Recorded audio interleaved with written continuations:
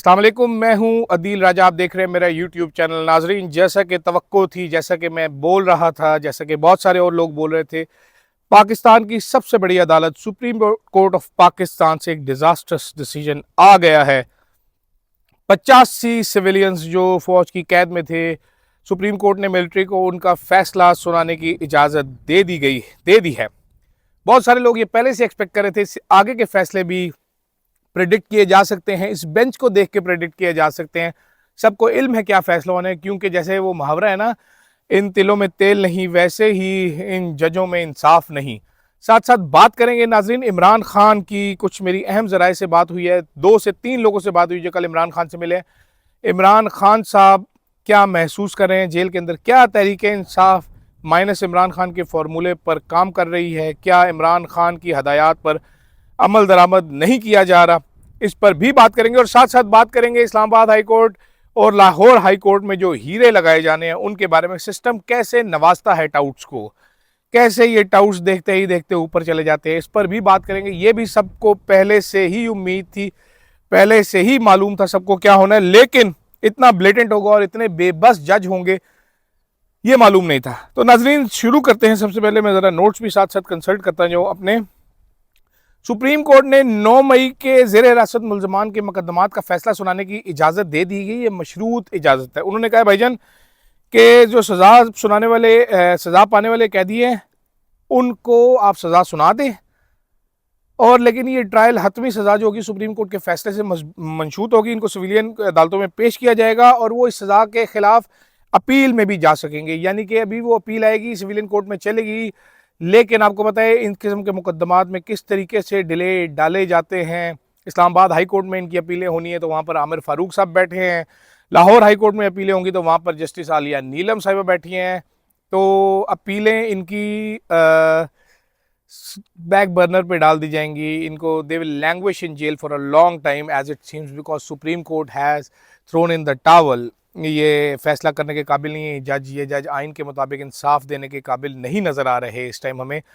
और खैर, इमरान खान का मिलिट्री ट्रायल करना है, उसकी राह हमवार करनी थी, तो जाहिर बात है सुप्रीम कोर्ट का पिछला फैसला मुअत्तल ही करना था। आपको याद होगा कि किस तरीके से 5 मिनट के अंदर फैसला किया गया था। पहले ये ट्रायल सस्पेंड किया गया था, उसके बाद उड़ा दिया गया था, जिसके खिलाफ फिर इंट्रा कोर्ट अपील हुई और फिर इस पूरे झंझट के लिए जो है वो आईनी तरमीम लेके आएगी और एक कॉन्स्टिट्यूशनल बेंच बनाया गया जिसमें हैंड पिक जजेस डाले गए। छोटे छोटे काजी फाइसा ढूंढे गए, छोटे छोटे जस्टिस मुनीर ढूंढे गए और वो इसमें लगाए गए। जस्टिस आयशा मलिक जो शायद इस बेंच में मसाइल डाल सकती थी, उनको तो बेंच में रखा ही नहीं गया कि नहीं जी आप तो पहले सुन चुकी हैं, आप नहीं सुनेंगी। तो ये सूरत हाल है इन लोगों की। देखते हैं कि कहाँ जाती है ये बात आगे चलकर। इंसाफ की उम्मीद कभी लोगों को है, लेकिन अल्लाह के यहाँ देर ज़रूर है, अंधेर नहीं। तो जुल्म ये ज़रूर एक दिन ख़त्म होगा, मुझे भी इसकी पूरी उम्मीद है, आपको भी उम्मीद होनी चाहिए इसकी। ऐसी बात नहीं है कि ये पूरी ज़िंदगी जेल में ही रहेंगे। यहाँ पर बड़े बड़े दुनिया ने देखा, तब्दीलियाँ आई हैं, तो यहाँ पर भी तब्दीली आते हुए नज़र आ रही है कुछ दिनों तक शायद। दूसरी चीज़ नाजरीन, इस्लामाबाद हाई कोर्ट में हीरे जजेस कुछ मैं आपको बताता हूँ। सबसे पहले जो इमरान खान को सियासी इंतकाम जिस बंदे ने बनाया था, जिसका नाम जजेस के लिए गाली सा बन गया था, वो है जस्टिस दिलावर। इस वक्त करप्शन का एक केस है मौसूफ के ऊपर, एक जाली हाउसिंग सोसाइटी, यार ये मूछे जो है ना, करप्शन का एक केस है उनके ऊपर एक हाउसिंग सोसाइटी के नाम से।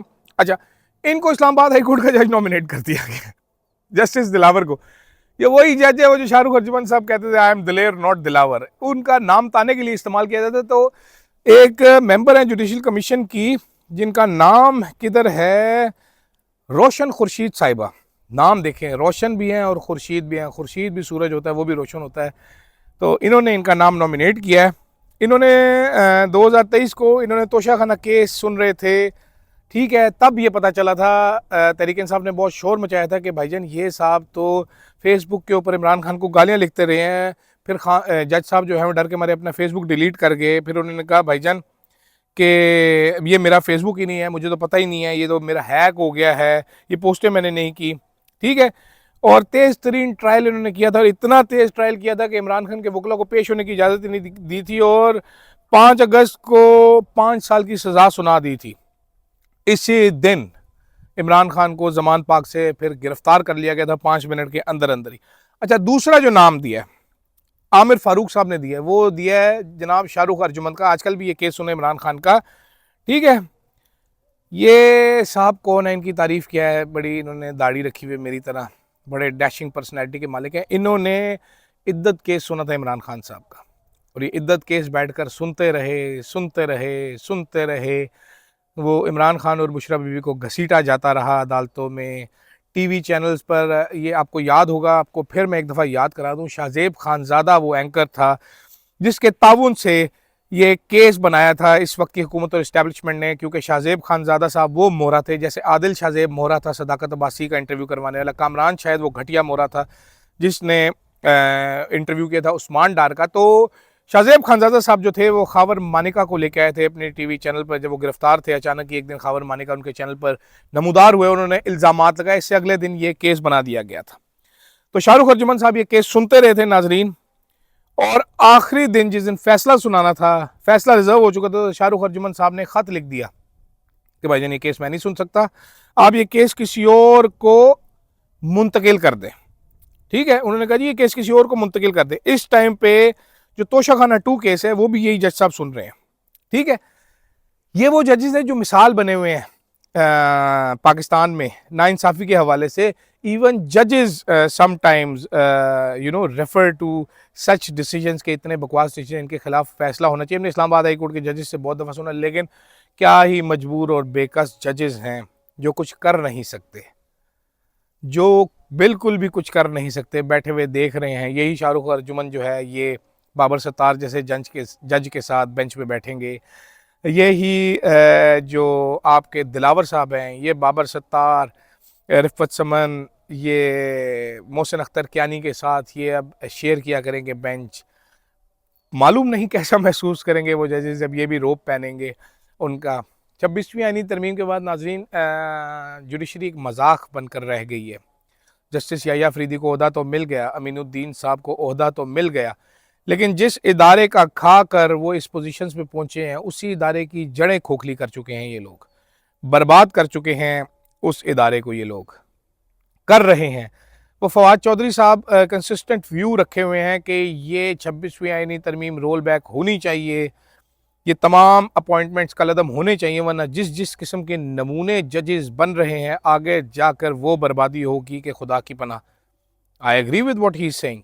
दूसरी तरफ क्या तरीके इंसाफ इमरान खान को माइनस कर रही है। मेरी चंद अहम लोगों से बात हुई जिनका ये कहना था कि भाई ये जो सिविल नाफरमानी की तहरीक है, इस हवाले से तरीके इंसाफ वाले कुछ रिस्पॉन्स नहीं दे रहे इमरान खान को। शायद कुछ ऐसा हो रहा है कि शायद इस्टेब्लिशमेंट ने उनको राज़ी कर लिया है कि भाईजान आप अपनी सियासत करें, इमरान खान जेल में है, वो तो बाहर नहीं आएगा, उसको छोड़ दें। क्या ऐसा हो सकता है? मेरी अपनी राय ये है कि तहरीक इंसाफ का मतलब है इमरान खान और इमरान खान के चाहने वाले, इमरान खान के कारकुन, इमरान खान के फॉलोअर्स। दरमियान में लीडरशिप कोई भी आए वो मानी नहीं रखती जब तक कि इमरान खान साहब खड़े हैं, और हमने कल की उनको गुफ्तगू से देखा कि इमरान खान बिल्कुल खड़े हैं। मिलिट्री ट्रायल उनको नहीं डरा सका, उन्होंने अपनी स्टेटमेंट वही रखी, अपना स्टांस वही रखा, वो कोई मिनमिनाते गिड़गिड़ाते नज़र नहीं आए, वो अपने पैरों पर खड़े नज़र आए जिस तरह के मिनमिना रहे हैं तहरीक इंसाफ की दीगर लीडरशिप। आज सेनेटर अली ज़फ़र साहब उन्होंने मीडिया से बात करते हुए भी कुछ ऐसा ही बोला। मैं आपको वो भी पढ़ कर सुना देता हूँ क्योंकि मैंने लिख कर रखा है, वो भी गलत कोट ना हो जाए। ठीक है, शेर अफजल साहब ने भी बोला और अली ज़फ़र। शेर अफजल साहब ने कहा कि भाईजान हम, अच्छा इंटरेस्टिंग बात की शेर अफजल ने, उन्होंने कहा ये गायब हो जाते हैं एहतजाज के मौके पर लेकिन बातें अच्छी करते हैं, सुन लीजिए। वो कहते हैं हम सब कुछ कर सकते हैं, इतना सह कर भी हम बड़े मजबूत हैं, ये वर्कर्स नहीं टूट रहे हमारे, ये कुंदन बन चुके हैं इस वक्त, और हुकूमत ये ना समझे कि हम फारिग हैं, हम दोबारा एहतजाज करेंगे, सड़कों पे आएंगे तो आपको लग पता जाएगा। ठीक है, दूसरी तरफ अली ज़फ़र साहब ने क्या कहा, उन्होंने कहा जी तहरीक इंसाफ का मुज़ाकरात का तरीका बिल्कुल गलत है, इससे जाहिर होता है कि हम भीख मांग रहे हैं कि मुज़ाकरात करें। मैंने इमरान खान से बात की, उन्होंने कहा यह कोई तरीका नहीं है बातचीत का, इस तरीकाकार से इमरान खान बहुत गुस्से में है। हम पर इल्ज़ाम था कि हमने मुज़ाकरात के दरवाजे बंद किए हुए इसलिए कमेटी बनाई। नाज़रीन ये वो इमरान खान ही नहीं जो प्रेशर में आके इस तरह के काम करे, ये कमज़ोर बुज़दिल लीडरशिप, जेलों में जाने के डर से ये लोग बैठ के इस तरह की हरकत करते हैं। अगर तुम्हारा लीडर 2 साल से जेल में तो तुम्हें क्या तकलीफ है? लेकिन देखते जाइए पाकिस्तानी सियासत आगे क्या दिखाती है। क्या इमरान खान को तहरीक इंसाफ खुद से माइनस करेगी, जैसे MQM पी बनी MQM में से, क्या उसी तरह PTI पी बनेगी, जिस मिशन पे फैसल वाडा साहब और मोहसिन नकवी साहब आजकल लगे हुए हैं। किसके नुमाइंदे आप बेहतर जानते हैं। क्या होने जा रहा है इसकी डिटेल बताऊंगा अगले वीलॉग में। लेकिन फिलहाल मैं आपको ये ज़रूर कंफर्म कर सकता हूँ कि इमरान खान साहब गुस्से में हैं, उनकी हदायत पर अमल नहीं किया जा रहा। Is not happy with the current leadership. और मुझे तो किसी ने ये भी बताया कि उन्होंने गौर को कहा कि तुमसे नहीं होता, तुम घर जाकर बैठ जाओ, ठीक है, सिर्फ फाइलों पर दस्तखत किया करो, Umar Ayub will take care of the rest. तो लेट्स सी अब क्या बनता है आगे, क्या आता है। फिलहाल के लिए मुझे इजाज़त दीजिएगा नाजरीन, अल्लाह हाफिज़।